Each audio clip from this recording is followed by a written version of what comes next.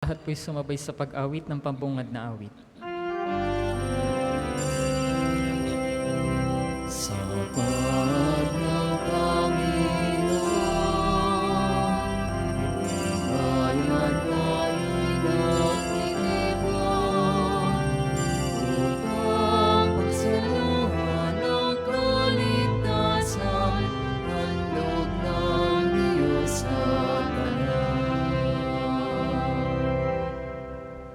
Tayong lahat ay nagkatipon sa ngalan ng Ama at ng Anak at ng Espiritu Santo. Amen. Sumainyo ang Panginoon. At sumainyo rin. Mga kapatid, ang misang ito at ialay sa Panginoon sa pasasalamat sa Kanya sa lahat ng mga biyaya na ating natanggap. At sa misang ito, idalangin natin ang ating mga kapatid na mga may sakit, ang ating mga kapatid na naroon ngayon sa ospital at lahat ng ating mga cancer patients na sa pamamagitan ni Santo Padre Pio, sana pagalingin sila ng ating Panginoon. At ngayon mga kapatid, ating alalahanin ang ating mga pagkukulang, ang ating pagkakasala. Tayo po ay humingi ng kapatawaran sa ating Panginoon.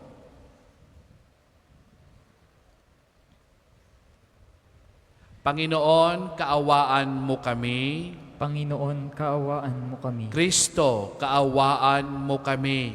Kristo, kaawaan mo kami. Panginoon, kaawaan mo kami. Panginoon, kaawaan mo kami. Kaawaan tayo ng makapangyarihang Diyos, patawarin tayo sa ating mga kasalanan, at patubayan tayo sa buhay na walang hanggan. Amen. Manalangin tayo. Ama naming makapangyarihan, ibinigay mo ang iyong sambayanan, sina San Cornelio at San Cipriano, bilang mahuhusay na tagapagpangasiwa, bilang katugunan sa kanilang pagdalangin. Kami ay gawin mong matibay sa pananampalataya at katatagan, at masigasig na gumawa para sa pagkakaisa ng sambayanan. Sa pamamagitan ni Jesucristo, kasama ng Espiritu Santo, magpas sa walang hanggan. Amen. Pagbasa mula sa unang sulat ni Apostol San Pablo sa mga taga-Korinto. Mga kapatid, tungkol sa mga babanggitin ko ngayon, hindi ko kayo maaaring purihin. Ang inyong pagtitipon ay hindi nakabubuti, kundi nakasasama. Una sa lahat, nabalitaan kong kayo nagkakapangkat-pangkat sa inyong pagtitipon, at ako'y naniniwalang may katotohanan iyon. Kailangan pang magkabukod-bukod kayo upang makilala kung sino ang mga tapat. Sa inyong pagtitipon, hindi banal na hapunan ang kinakain ninyo, sapagkat ang bawat isa sa inyo'y nagmamadali sa pagkain ng kanyang dala. Kaya't nagugutom ang iba at ang iba na may nalalasing. Wala ba kayong sariling bahay upang doon kumain at uminom? O hinahamak ninyo ang simbahan ng Diyos at hinihiya ang mahihirap? Ano ang gagawin ko ngayon? Purihin kayo? Hindi. Hindi ko kayo pupurihin. Ito ang aral na tinanggap ko sa Panginoon at ibinibigay ko naman sa inyo. Ang Panginoong Hesus noong gabing siya'y ipagkanulo ay dumampot ng tinapay, nagpasalamat at pinaghati-hati ito at sinabi, "Ito ang aking katawan na inihahandog para sa inyo. Gawin ninyo ito sa pag-alala sa akin." Gayon din naman, matapos maghapunan ay hinawakan niya ang kalis at sinabi, "Ito ang kalis ng aking dugo, ng bago at walang hanggang tipan. Tuwing iinumin ninyo ito, gawin ninyo ito sa pag-alala sa akin. Sapagkat tuwing kakain kayo ng tinapay na ito at iinom sa kalis na ito, ay ipinahahayag ninyo ang kamatayan ng Panginoon hanggang sa muling pagparito niya. Kaya nga mga kapatid, kapag nagkakatipon kayo upang kumain, maghintayan kayo." Ang salita ng Diyos. Salamat sa Diyos. Salmong tugunan. Handa akong naririto upang sundin ang loob mo. Handa akong naririto upang sundin ang loob mo. Ang mga panghandog, pati mga hain, at mga hayop na handang sunugin. Hindi mo naibig sa dambana dalhin, upang yaong salay iyong patawarin. Sa halip ang iyong kaloob sa akin, ay ang pandinig ko upang ikay dinggin. Handa akong naririto upang sundin ang loob mo. Kaya ang tugon ko, ako'y naririto. Nasa kautusan ang mga turo mo. Ang nais kong sundi iyong kalooban, aking itatago sa puso ang aral. Handa akong naririto upang sundin ang loob mo. Ang pagliligtas mo'y aking inihayag. Saan man magtipon ang iyong mga anak, di ako titigil ng pagpapahayag. Handa akong naririto upang sundin ang loob mo. Silang lumalapit sa iyo'y dulutan ng ligaya't galak na walang kapantay. Bayaang sabihing ang poon ay dakila, nang nangaghahangad, maligtas na kusa. Handa akong naririto upang sundin ang loob mo. Ang lahat po ay magsitayo.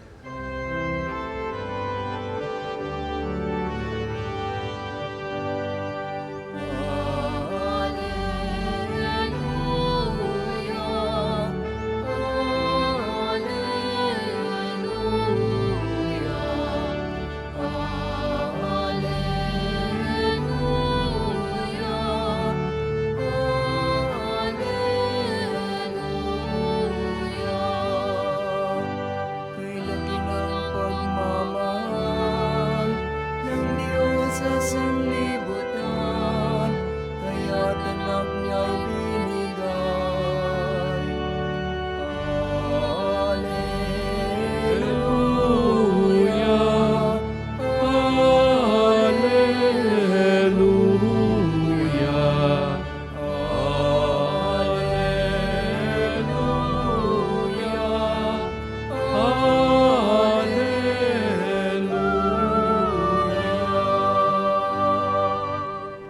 Sumainyo ang Panginoon. At sumainyo rin.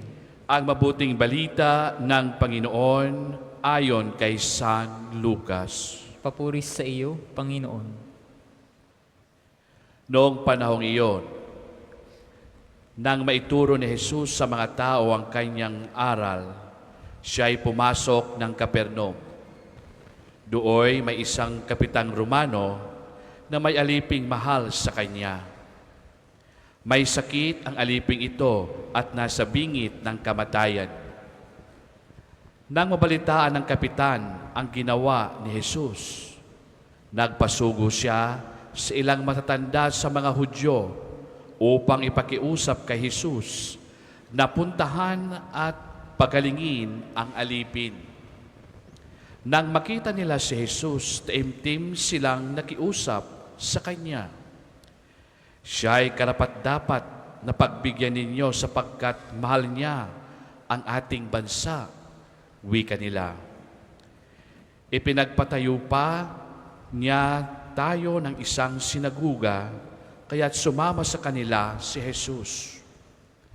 Nang malapit na siya sa bahay, ipinasalubong siya ng kapitan ng kanyang mga kaibigan at ipinasabi ang ganito, Ginoo, huwag na po kayong magpapagod.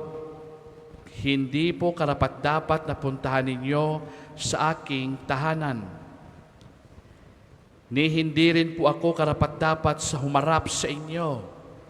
Ngunit magsalita po kayo lamang at gagaling na ang aking alipin. Sapagkat ako'y isang taong nasa ilalim ng mga nakakataas na pinuno at may nasasakupan din po akong mga kawal. Kung sabihin ko sa isa, humayo ka, siya'y humahayo, at sa iba'y halika, siya'y lumalapit, at sa aking alipin, gawin po ito'y ginagawa niya. Namangha si Jesus nang marinig ito at humarap sa makapal na taong sumusunod sa kanya. Sinabi niya, kahit sa Israel ay hindi ako nakakita ng ganitong kalaking pananalig. Pagbabalik sa bahay, naratnan ng mga sinugo na magaling na ang alipin. Mga kapatid, ang mabuting balita ng Panginoon. Pinupuri ka namin, Panginoong Heso Kristo. Muli, magandang tanghali po sa kanilang lahat. Lalong-lalo na ang nanonood sa atin sa ating Facebook page na ngayon po ay naka-break time dahil sa lunch time po. Magandang tanghali po sa kanilang lahat. Ang binanggit na Kapitan Romano sa ating ebanghelyo ngayon ay isang maimpluwensyang leader. Dahil kung sa atin, ihahambing natin siya ngayon, siya ay isang commander ng mga kawal o mga sundalo. At malaki ang kanyang impluwensya sa mga pinuno ng kanyang kapanahunan. At dahil dito, marami siyang mga alipin. At may isang alipin na espesyal sa kanya, sa kanyang pamamahay. At dahil espesyal ito sa kanya, ay may nagpasugo siya na puntahan si Jesus. Dahil nananalig at sumasampalataya siya kay Jesus, na pagalingin ang kanyang alipin. At hindi nga nagkamali siya sa paglapit kay Jesus at napagaling ang kanyang alipin. Mga kapatid, ano ang gustong ibahagi sa atin ng Kapitan ng Romano o ang senturyon sa ating pagbasa? Bagamat wala siyang pangalan, ay nakita natin ang kanyang pagtrato sa kanyang alipin na kapamilya. Nakita natin na mayroon siyang pagmamalasakit sa kanyang mga tao. Nakita natin na mayroon siyang pagmamahal sa kanyang nasasakupan. At dahil dito, ay naniwala siya kay Jesus, sumampalataya siya kay Jesus, at nanalig siya kay Jesus. Ang gusto lamang ipaabot sa atin ang mensahe ng Kapitan ng Romano ngayon sa ating pagbasa sa mabuting balita ay kailangan natin ang ating nasasakupan ay mahalin din natin. Halimbawa, kapag ikaw ay isang head ng isang department sa mga opisina, ikaw ay head ng isang departamento sa ating gobyerno, ang iyong mga subordinates ay mahalin mo. Huwag mo silang tratuhin na iba o manggagawa. Tratuhin mo sila bilang isang tao at kapamilya mo. Dahil sa iyong departamento lamang siya'y umaasa upang buhayin ang kanyang pamilya. Dahil dito, sana mayroon tayong magandang loob at pagmamalasakit sa kanilang mga pangangailangan. Halimbawa dito ay ang wastong sweldo at lalong-lalo na ang benefits na dapat ang tama ang ibigay sa kanila. Ito mga kapatid ang gustong mensahe na ipaabot sa atin ngayon ng Kapitan ng Romano na siya ang ating modelo sa ating pagsunod kay Jesus. If we want to follow Christ, then we must learn how to be just to others, especially sa ating mga manggagawa. We must also forget the trappings of honors, titles, and the craving for privileges and popularity. Ito minsan ang nakakahadlang sa atin pag tumingin sa ating mga manggagawa, sa ating kasama sa trabaho. And when we set aside all these material things, all these possessions and power, only then can we remember and be connected to Jesus as our helper and healer. Mga kapatid, kapag hindi natin ito maging prioridad sa ating buhay, ang prioridad natin ay ang makamundong pagtingin, gaya ng posisyon, kapangyarihan, at kasikatan. Only then can we truly turn to Jesus and take Him as our Savior. Dahil ito, mga kapatid, ang itinuturo ngayon sa atin ni Jesus. Ang modelo natin ay ang Romanong kapitan, na sana tayo, ganon din ang pagtrato natin sa ating kasamahan sa trabaho, na tanging inaasahan lamang ay ang ating mga kabutihan at ang ating pagbibigay sa kanila ng mabuting kalooban. Amen.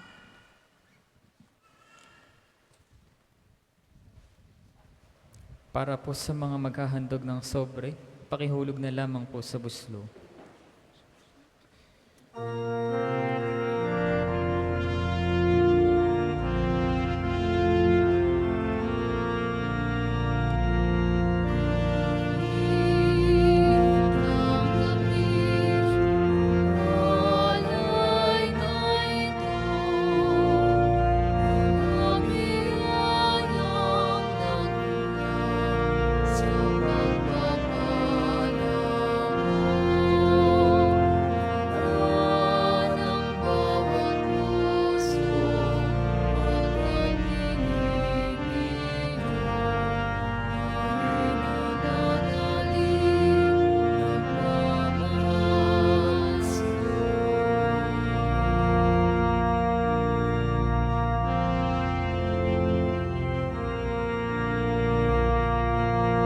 Ang lahat po ay magsitayo. Manalangin kayo, mga kapatid, upang hain natin ay kalugdan ng Diyos Amang makapangyarihan. Tanggapin nawa ng Panginoon itong paghahain sa iyong mga kamay, sa kapurihan niya at karangalan, sa ating kapakinabangan, at sa buong sambayanan niyang banal.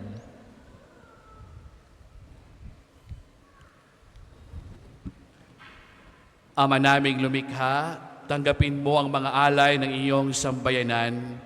Ngayong ginugunita ang tiniis ng iyong mga martir, ang banal na paghahaing nagdulot ng kagitingan upang matiis ni na San Cornelio ang San Cipriano ang mga hirap ng kalaban ay na magbibigay din nawa sa amin ng katatagan sa mga kahirapan sa pamamagitan ni Hesu Kristo kasama ng Espiritu Santo magpa sa walang hanggan. Amen. Sumainyo ang Panginoon. At sumayin niyo rin. Itaas sa Diyos ang iyong puso at diwa. Itinaas na namin sa Panginoon. Pasalamatan natin ang Panginoong ating Diyos. Marapat na siya'y pasalamatan. Ama naming makapangyarihan, tunay kang marapat na ikaw aming pasalamatan. Yung aming kagalakan ng inyong mga martir ay parangalan. Siya'y kapanalig naming may paninindigan. Ikaw ay pahayag namin siya'y namamatay sapagkat minarapat mo ang kanyang matularan. Ang iyong anak na naghain ng sariling buhay tulad ng naganap sa iyong anak. Ang dugo ng mga martir ay dumanak, hindi dahil sa katatagang likas, kundi dahil sa iyong bigay na lakas. Kaya kaisa ng mga anghel ang nagsisiawit ng papuri sa iyo, nang walang humpay sa kalangitan kami nagbubunyi sa iyong kadakilaan.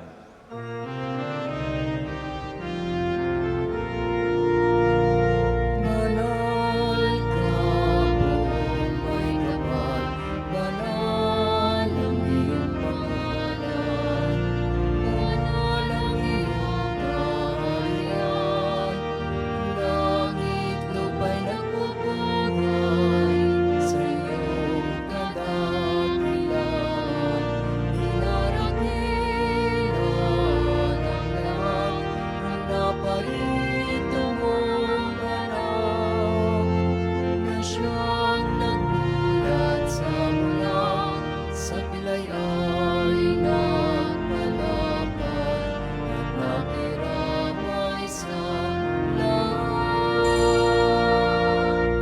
ko kayang lumuhod, manatili pong nakatayo ng may paggalang.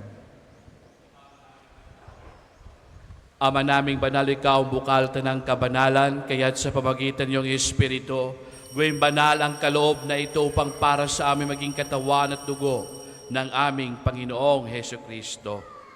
Bago pinagtiis ang kusang loob na maging handog, hinawakan niyang tinapay, pinasalamatan kanya, ipinaghati-hati niyo inabot sa kanyang mga alagad at sinabi, "Tanggapin lahat ito at kanin. Ito ang aking katawan na ihahandog para sa inyo."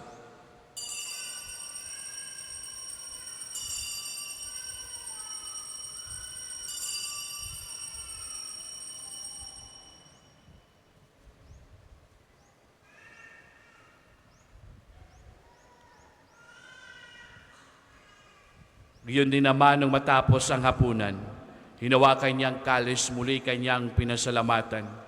Inabot niya ang kalis sa kanyang mga alagad at sinabi, "Tanggapin lahat ito at inumin. Ito ang kalis ng aking dugo ng bago at walang hanggang tipan. Ang aking dugo na ibubuhos para sa inyo at para sa lahat, sa ikapagpapatawad ng mga kasalanan. Gawin niyo ito sa pag-alaala sa akin."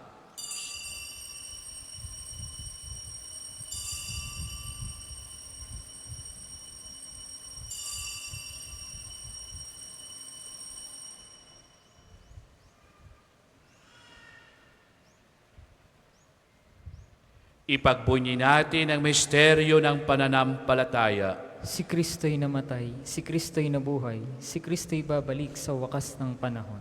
Ama, ginagawa namin ngayon ang pagkalala at pagkamatay at muling pagkabuhay niyong anak. Kaya't inaalay namin sa iyo ang tinapay nagbibigay buhay tangkalis sa kakaloob ng kaligtasan. Kami nagpapasalamat dahil kami yung minarapat tumayo sa harap mo para maglingkod sa iyo. Isinasamo namin kami magkasalo-salo sa katawan at dugo ni Kristo ay mabuklod sa pagkakaisa sa pamamagitan ng Espiritu Santo. Ama, lingapin mo simbang laganap sa buong daigdig. Puspusin mo kami sa iyong pag-ibig, kaisa ni Francisco ang aming Papa at ni Gilbert ang aming Obispo at tanang kaparian. Alalahanin mo rin ang kapatid naming nahimlay na pag-asang sila'y muling mabubuhay. Yun din ang lahat ng mga pumanaw. Kaawaan mo sila't patuloyin sa iyong kaliwanagan. Kaawaan mo pangindapatin kaming lahat na magkasalo sa iyong buhay na walang wakas. Kaisa na mahal nga Birhen, Maria, Ina ng Diyos, at ni San Jose ang kanyang kalinis-linisang esposo, kaisa na mga apostol at lahat na mga banal na namuhay dito sa daigdig nga kalugod-lugod sa iyo, maipagdiwang nawa namin ang pagpupuri sa ikararangal mo sa pamamagitan ng anak na aming Panginoong Heso Kristo. Sa pamamagitan ni Kristo, kasama niya at sa Kanya, ang lahat ng parangal at papuri ay sa iyo, Diyos amang makapangyarihan, kasama ng Espiritu Santo, magpa sa walang hanggan.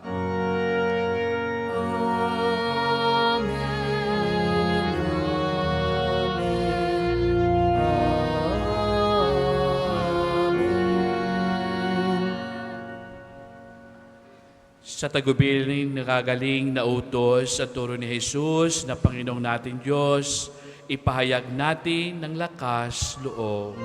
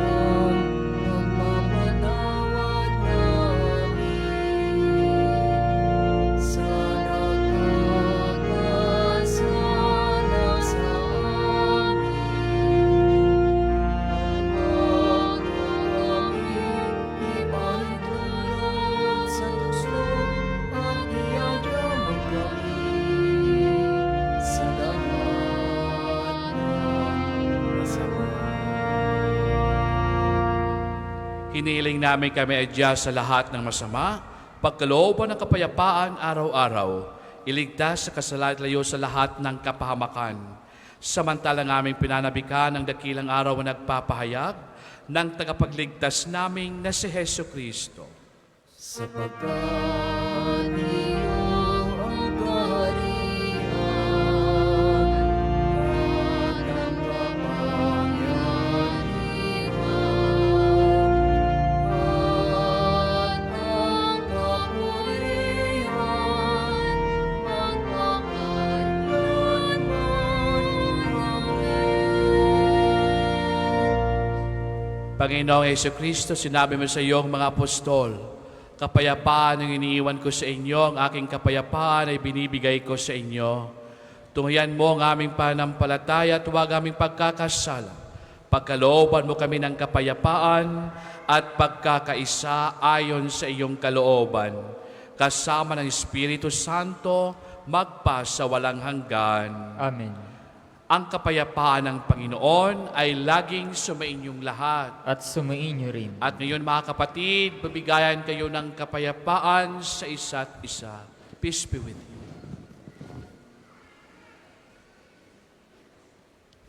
Kordero ng Diyos na nag-aalis ng mga kasalanan ng sanlibutan, maawa ka sa amin.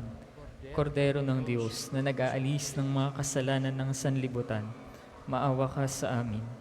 Kordero ng Diyos na nag-aalis ng mga kasalanan ng sanlibutan, ipagkaloob mo sa amin ang kapayapaan. Kung hindi po kayang lumuhod, manatili pong nakatayo ng may paggalang.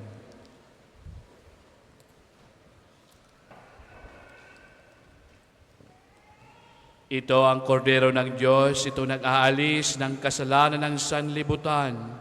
Mapalad ang mga inayahan sa kanyang piging. Panginoon, hindi ako karapat-dapat na magpatuloy sa iyo, ngunit sa isang salita mo lamang ay gagaling na ako.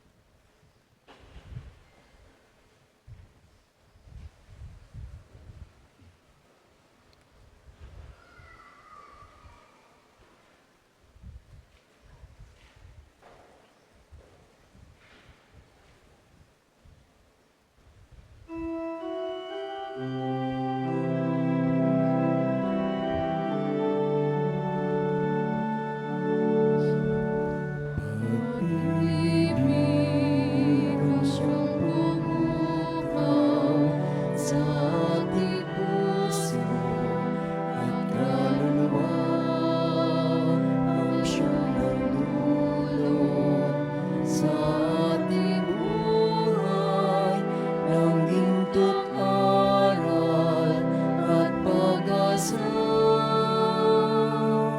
Pag-ibig ang siyang buklod natin, di mapapawi kailan pa man. Sa puso't diwa, tayo'y isa lamang, kahit na tayo ay magkawalay. Pagkat ang Diyos natin, Diyos ng pag-ibig, magmahalan tayo't magtulungan. At kung tayo'y bigo, ay huwag limutin na may Diyos tayong nagmamahal. Sikapin sa ating pagtubo, ating ikalat sa buong mundo. Pag-ibig ni Jesus ang siyang sumakop sa bawat pusong uhaw sa pagsuyo.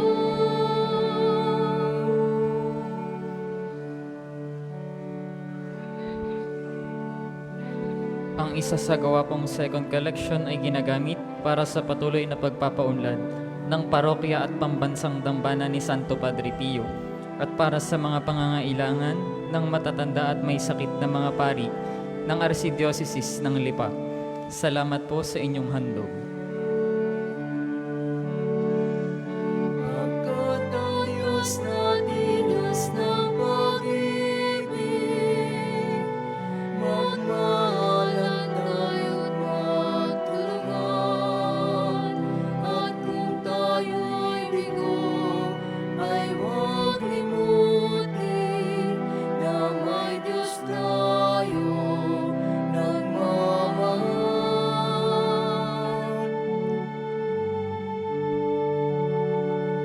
Pagkat ang Diyos natin, Diyos ng pag-ibig, magmahalan tayo't magtulungan. At kung tayo'y bigo, ay huwag limutin na may Diyos tayong nagmamahal.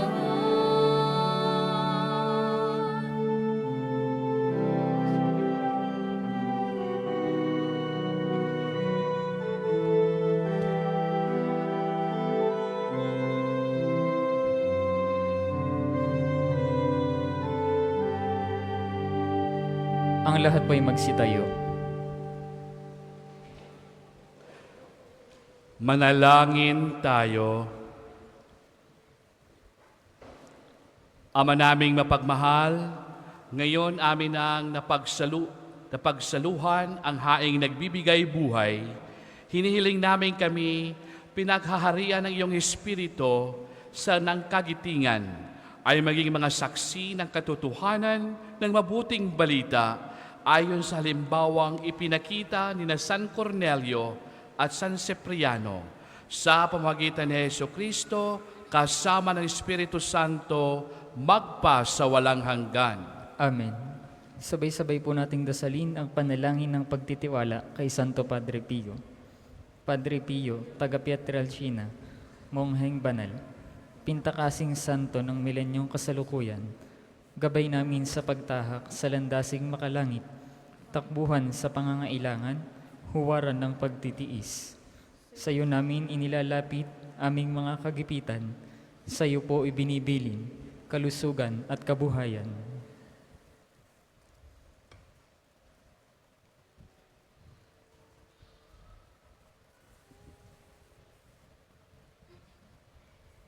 Di man karapat-dapat, kami po ay pagbigyan, bendisyonan at basbasan, maging ganap sa buhay. Lumayo nawa kami, umiwas sa kasalanan, lumapit lagi sa Diyos, maging matatag at matibay. Sa mabuting balita ng pagliligtas, turuan mo kami nawa, sa tuwi na ay makinig, magnilay at sumampalataya. Amin pong pakiusap itong mga kahilingan. Puso ay nagsisisi, nagtitikang taimtiman. Di na muling magkasala, sunod lagi sa Diyos Ama, kaisa ng Espiritu, at ni Jesus na tagapamagitan. Amen. Ang lahat po'y magsiupo para sa ilang patalastas. Una sa inyong pagdalaw sa pambansang dambana, mangyaring pakiingatan ang inyong mga personal na gamit.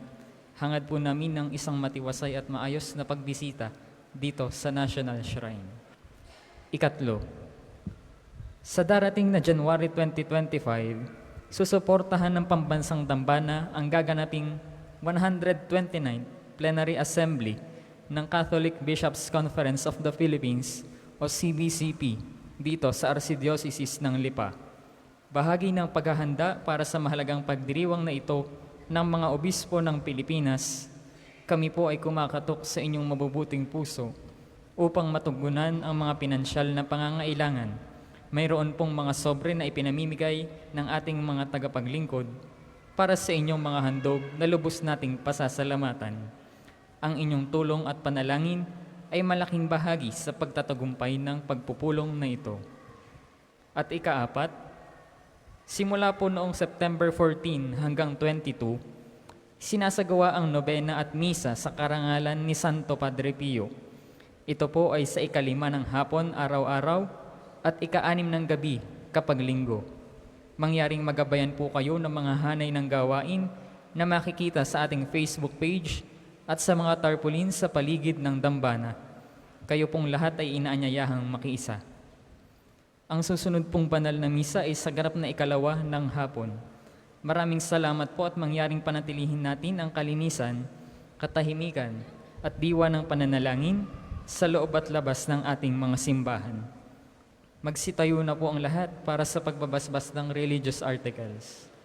Mga kapatid, manalangin tayo sa Diyos amang makapangyarihan upang tayo ay maging kawangis ni Kristo sa taimtim na pagdalangin sa tulong ng mga larawan at mga dasalan. O Panginoong Diyos, Ikaw ang bukal ng lahat ng pagpapala at biyaya.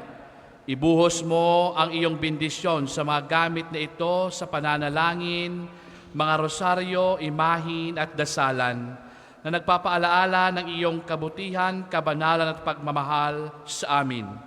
Upang ang lahat na dumulog at magdasal gamit ang mga ito ay magtamo ng iyong awa at biyaya. Loobin mong tularan nila ang kabanalan at aral ng Panginoon at ng mga santo magpas sa walang hanggan. Amen. Ama namin, sumasalangit ka, sambahin ang ngalan mo, mapasa amin ang kaharian mo, sundin ang loob mo dito sa lupa para ng sa langit. Bigyan mo kami ngayon ng aming kakanin sa araw-araw at patawarin mo kami sa aming mga sala para ng pagpapatawad namin sa nagkakasala sa amin. At huwag mo kaming ipahintulot sa tukso at iadya mo kami sa lahat ng masama. Amen. Aba, Ginoong Maria, napupuno ka ng grasya, ang Panginoong Diyos ay sumasa iyo. Bukod kang pinagpala sa babaeng lahat, at pinagpala naman ang iyong anak na si Jesus. Santa Maria, Ina ng Diyos, ipanalangin mo kaming makasalanan, ngayon at kung kami mamamatay. Amen. Aba, Ginoong Maria, napupuno ka ng grasya, ang Panginoong Diyos ay sumasa iyo. Bukod kang pinagpala sa babaeng lahat, at pinagpala naman ang iyong anak na si Jesus.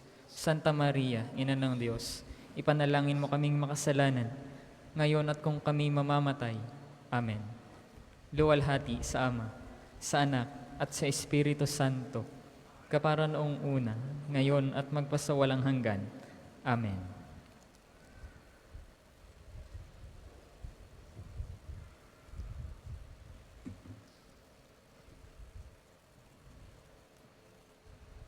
Sumainyo ang Panginoon At sumainyo rin.